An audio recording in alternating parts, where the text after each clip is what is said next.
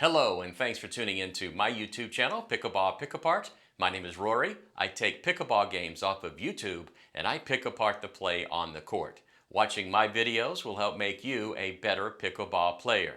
Now, I travel quite often to play pickleball. I drop in open play. More and more I see or don't see the same things over and over and over again. So here are 3 things I don't see a lot at the beginner and intermediate levels. Number 1, I hardly ever see all 4 players at the non-volley zone dinking back and forth. So for the most part, at those levels, dinking is pretty much non-existent. The second thing I don't see are players with the ability to hit a third shot drop. Many of them just hit the ball over the net, allowing their opponents to take the ball out of the air, which prevents them from moving forward and getting into an offensive position. The third thing that does not happen very often is players attempting to reset the ball. It's just hit it as hard as you possibly can and try to overpower your opponents. Now, one thing that I do see happen is players who are out of position. They try to win the game from the back of the court or from the transition zone. So they spend the whole game defending, and usually they lose.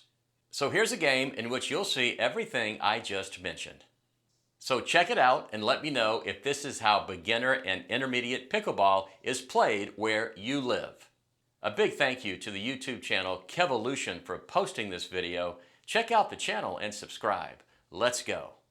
Here comes the first serve. I'm going to pay close attention to how these players hit a third shot, a fifth shot, a seventh shot, a ninth shot. Can they hit shots that allow them to move forward on the court? Here comes the third shot. Okay, that was kind of like a drip, a cross between a drop and a drive. His opponent was able to take it out of the air. Thus, he's not able to move forward, and neither is his partner. There's a fifth shot attempt. Same thing. Could not get the ball to bounce before his opponent hit it. Here comes the third try. Cannot do it again. Again, the players at the back of the court. One player has moved in about 3 feet, the other player 2 feet. And here we go again, and he could not get the fourth attempt over the net. So 4 opportunities to reset the ball into the kitchen in order to move forward, and they just could not do it. Let's see if the other team can do better. Nope. Still stuck at the back of the court, but the player in the white cap hit it out of the court. That's a good return, except it went out of the court, and that's a free point for the players in the back of the court. They now have 2 points because the players in the near court could not keep the ball inside the court. Sometimes the middle is a really good place to hit it. Just don't hit it out of the court. Oh, that was a very good shot, and it didn't go over the net. A lot of times what happens is when players play against players who can sometimes hit a third shot drop, because the player trying to hit the third shot drop does not see third shot drops very often, they don't know what to do with it. He didn't know whether to let that ball bounce or take it out of the air. He tried to take it out of the air, and he hit it into the net. Oh, he let the ball bounce before hitting it. I'm going to show you why that happened. That ball was going out of the court. Here's a player who simply could not reset the ball. So watch what happened with the return of serve here. He returns this serve with a lot of pace on it, and it does not allow him to get to the kitchen line and get established. He has to stop in the transition zone and take this from his shoestrings. If he would have hit that return of serve with a little bit more air underneath it, the ball would have stayed in the air longer, allowing him to get established next to his partner. Regardless, he does a good job of getting that from his shoestrings. And again, this player right here does not have the ability to reset the ball into the kitchen. He's probably just going to pop it up like that the entire game and let the opponents take it out of the air. Yeah, there we go again. I mean, what is the purpose of hitting the ball like that? What is he expecting to have happen? I mean, his opponents are at the non-volley zone just waiting for it. And if you cannot move forward, you are not going to win the point. Again, this is very typical play that you see in open play on courts all across America. Look at this shot. He hit it out of the court. That third shot was just absolutely not good. The only way they could have won that point is if their opponents made an unforced error, and their opponents did. And there's a free point because the player could not get the ball into the court on the return of serve. Third shot drive. Popped it up. Shake and bake. Got it. Excellent play. Nothing wrong with hitting a third shot drive if your opponents cannot handle the power, and you can finish it up with a shake and bake just like he did.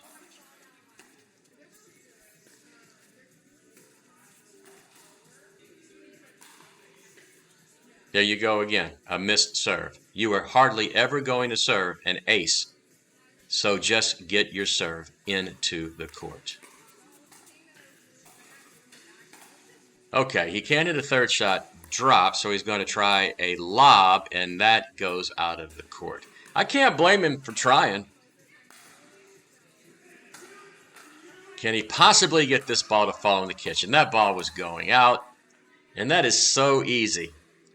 So easy to win a point when your opponents play like that player does. Hitting third shots and fifth shots and seventh shots into the air so your opponents can take them out of the air will make you a loser. That's a good serve. So good, his opponent hit it out of the court.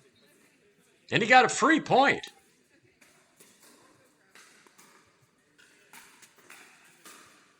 And another free point.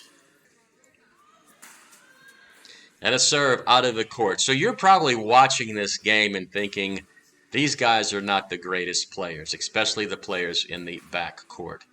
However, you go travel around, you go to open play, and this is what you're going to see. That was a good shot, but it was such an easy shot because his opponent was totally out of position the entire time that point was played out.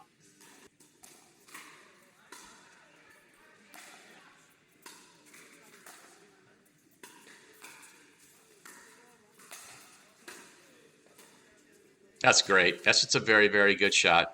And what happened, this is a mistake that you don't want to make. This player right here that just hit that ball, he was almost at the front of the court, but after hitting this ball, and it's really not popped up, he backed up. He retreated. He gave up ground. Now he's stuck at the back of the court, and all he can do is be defensive because both he and his partner were at the back of the court. They had no chance of getting this ball.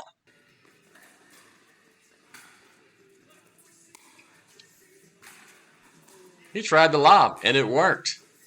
Why did he miss that lob? He tried to hit it overhead while running backwards and just couldn't do it. Okay, I mentioned this in my introduction. Something else I see, the player that just returned the serve did not move forward. He just stood at the back of the court. This player is hitting it to him, which he definitely should have. So this point is pretty much over. Yep, sure is. That is a 2.5 mistake. I'm thinking the players in the backcourt are somewhere in the 2.5 to 3.0 skill level. He got that shot. Didn't get that one.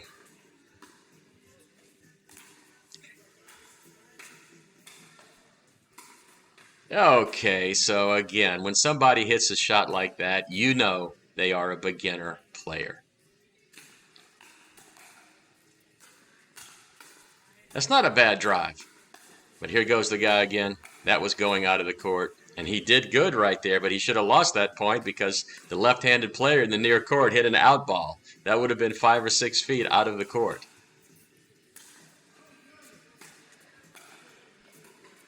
Good shot, keeping him back there, hitting it at his feet.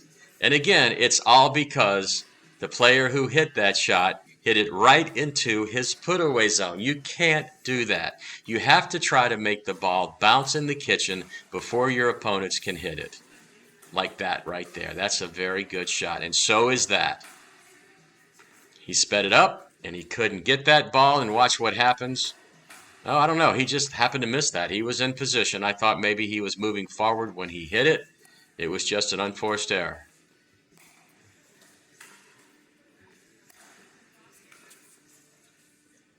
And he made the mistake again. I just want to show it to you. Watch what happens here. Don't do this. He hits the ball and he stays back, and he hits it right at his feet in the transition zone.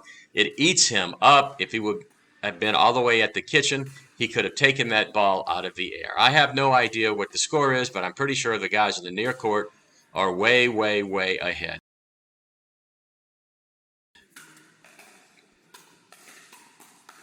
Oh my goodness. Got to a firefight. Couldn't slow things down. Hit it 7 feet out of the court. It hit the back net. And there's a missed serve.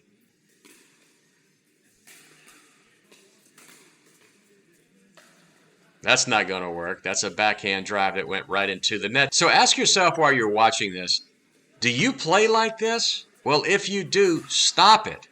I mean, don't hit a lob out of the court like he just did. Either drive the ball or try to hit a third shot drop. Because if you play like this, you just are not going to be successful. Sure, you may be able to beat players who are at your level, but if you ever play up, you will not score many points. That's a great shot right there. So is that one. So it's obvious the players in the near court are much more skilled than the players in the back court. And that was the best point of the match so far until he just pops the ball up. And that's the game. Again, I have no idea what the score was, but you could see everything that they did that was not good. Take notice of it and make sure you do not make the mistakes they made. So there you have it. Is this pickleball, or is this kind of like pickleball? Is this what the game has become?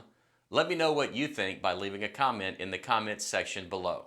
That's it from Pickleball Pick Apart. I really hope you learned something from watching this video, and if you did, I hope you take the time to like it, subscribe to my channel, and click the notification bell so you'll be notified when I post a new video.